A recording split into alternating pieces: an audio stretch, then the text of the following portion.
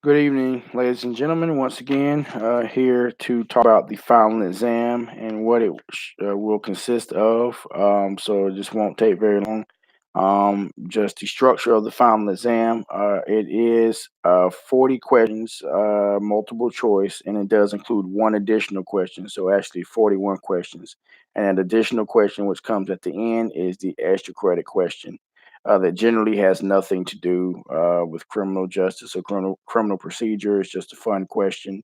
Um, See if you can get you some 5 points. Get you 5 points.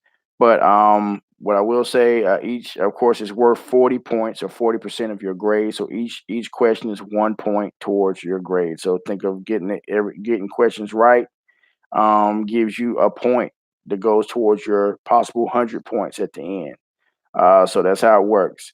Won't go over any questions. What I will tell you is the um, the first 15 questions on the final are actually the same first 15 questions from the midterm. So I just gave you 15 points. Um, so take it, how you take it.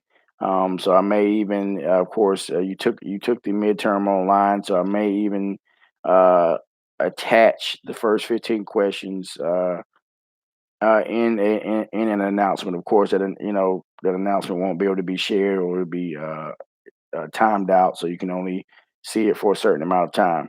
But yeah, so those are the only pointers I'm going to give you for the final. Of course, I told you exactly where to told you exactly where you could find the where I get the questions from for the whole semester. So as long as you've gone through every chapter and done the 10 or 15 questions on the website to review each chapter, um, you've chances are not even chances are you would have done or answered every multiple choice question you're going to get. Now I'm not telling you which question out of those probably 150 plus questions I'm going to use, but if you would just do them all and do the work for every chapter, you're going to see those questions again. You don't know which ones, but you're going to see them.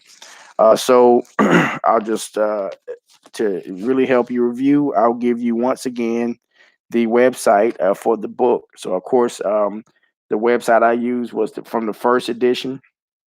So it is www dot sagepub.com. That's www.sagepub.com. Then you have I think it's the slash. So there's a slash that goes from it leans from the bottom being at the left to the right. So slash, I think that's forward slash, if I'm not mistaken, not backslash.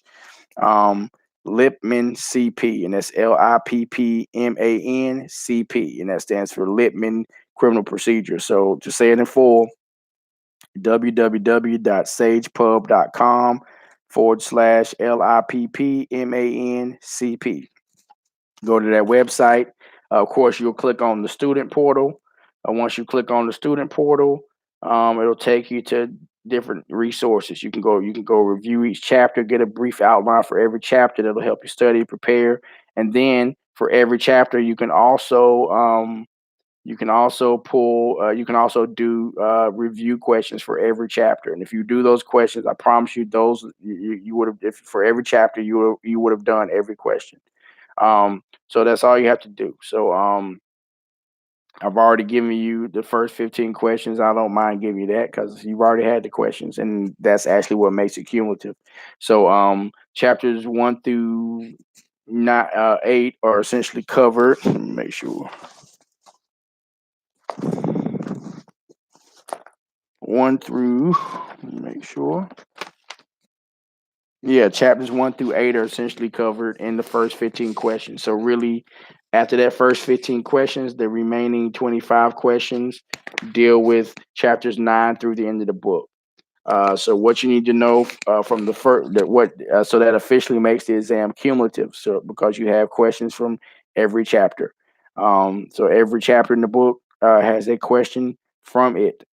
So once you go from there, after the first 15 questions, then that's when knowing chapters 9 through 15 become important.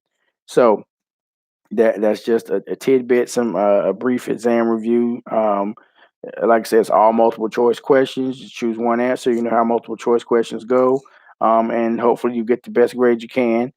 So you can possibly earn 45 out of 40 points if you get the bonus question. If you get every question right and the bonus question, so you can walk out with a possibility. There's a possibility you can walk out with a maximum of 45 points. So that's 5 extra points. So some of you may feel some type way about how you did writing, and I want to make it up. I want to get some points back. You do that by doing perfectly on these exams. You get those extra credit questions actually add to the total tally for the semester. So if you got a 95 because you didn't do well on something, or you missed a discussion board, which is worth 5 points, but then you go back in and you do, or you do either the midterm or the final, and you get a perfect score. That means you got the perfect score, and you got that extra credit that now makes up for that 5 points that you might have lost in an assignment, or something you didn't do well on. So that's how it goes. So I think that's about it. So you guys be good. Take care.